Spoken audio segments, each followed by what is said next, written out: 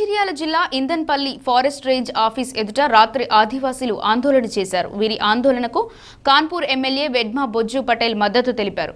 అకారణంగా ఆదివాసీలపై దాడి చేసిన ఫారెస్ట్ అధికారిని సస్పెండ్ చేయాలని ఎమ్మెల్యే బొజ్జా పటేల్ డిమాండ్ చేశారు.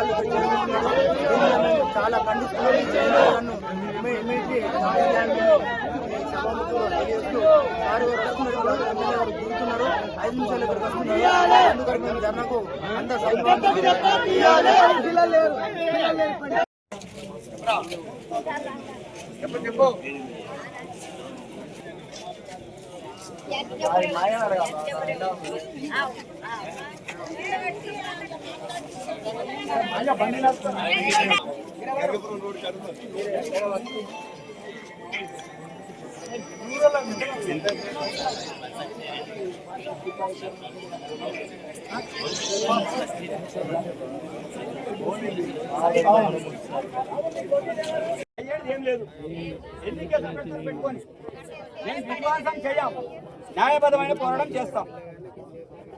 కాబట్టి నేనేమన్నా ఇప్పుడు నాకు సీసీఎఫ్ గారు మాట్లాడేది నా ఫోన్లో మాట్లాడి లౌడ్ స్పీకర్ పెట్టి ఏం చేస్తుందో చెప్పాలి. అప్పుడు ఇక్కడ నుంచి మనం వెళ్దాం. ఓకేనా?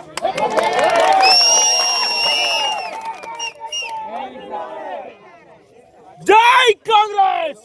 వీళ్ళకి మనోధైర్యాన్ని కల్పిస్తూ నేను కూడా చెప్తున్నా. ఇప్పుడు మళ్ళా తప్పకుండా ఇక్కడ డిఎఫ్ఓ గారు, ఆ శాంతారాం గారు, ఎఫ్ఆర్ఓ గారు, డిప్యూటీ ఎఫ్ఆర్ఓ గారు ఎవరైతే ఉన్నారో వాళ్ళు రావాలి. అదేవిధంగా ఎవరైతే మీరు తీసుకెళ్లి అడవిలో తిప్పుతున్నారో వాళ్ళని ఇక్కడ వదలాలి. వదిలే వరకు నేను కూడా ఇక్కడ నుంచి వెళ్ళా. నా పోరాటం కూడా అటవీ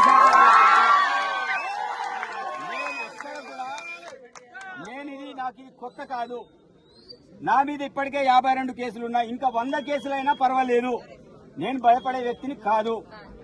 కాబట్టి ఈ విషయంలో నేను అనేక సందర్భాల్లో అనేక విషయాలు నేను చెప్పినా ఇంకా వాళ్ళలో మార్పు రావడం లేదు. వీళ్ళు కావాలని ప్రభుత్వాన్ని బదనాం చేసే కార్యక్రమం. ఏమనంటే కేంద్రం నుంచి అనుమతులు రావాలి. మరి కేంద్రంలో అనుమతులు రావాలనుకున్నప్పుడు మరి వాళ్ళు ఏం చేస్తున్నారో దానికి సమాధానం చెప్పాలి.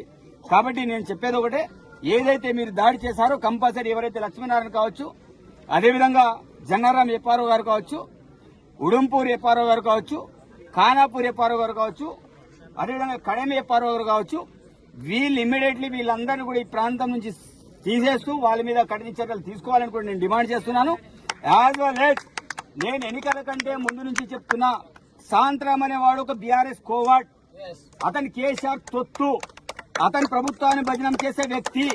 శాంతరాం చేయబట్టి ఈ ప్రాంత అధికారులందరూ కూడా భయభ్రాంతులకు గురవుతున్నారు. ఈ ప్రాంత వాసులందరూ కూడా బాధపడుతున్నారు. నేను చాలా సందర్భాల్లో చెప్తూ వస్తున్నా. అయినా ఇప్పటి వరకు కూడా అతన్ని మార్చే ప్రక్రియ చూపెడతలేరు. ఎందుకు స్పందిస్తలేరు? నేను చెప్పినా ఉద్యమం స్టార్ట్ అయింది, దీనికి ఆజ్యం పోస్తానని నేనే చెప్పినా. ఈ రోజు స్వయంగా ఈరోజు నాయకపోడు సోదరులు ఆదివాసీ బిడ్డలు ఇక్కడ రోడ్డు మీద వచ్చి కూర్చున్నారు. ఈ రోజు నేను మళ్ళా చెప్తున్నా, నేను ఎట్టి పరిస్థితులు ఇక్కడి నుంచి వెళ్లే పరిస్థితి లేదు. తప్పకుండా వాళ్ళు ఎవరైతే ఉన్నారో ఆ బాధితులందరూ కూడా తీసుకురావాలని కూడా నేను డిమాండ్ చేస్తున్నాను. అప్పుడు చేపలు పట్టినప్పుడు ఇదే దాడి జరిగింది, ఇదే ధర్మ జరిగింది. ఇదే ధైర్యంగా ఉండాలి. ఎవరికి భయపడాల్సిన అవసరం లేదు. ఎవరి సొమ్ముని మనం గుంజు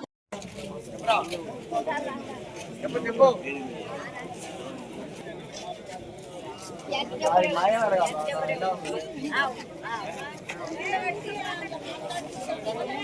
బండి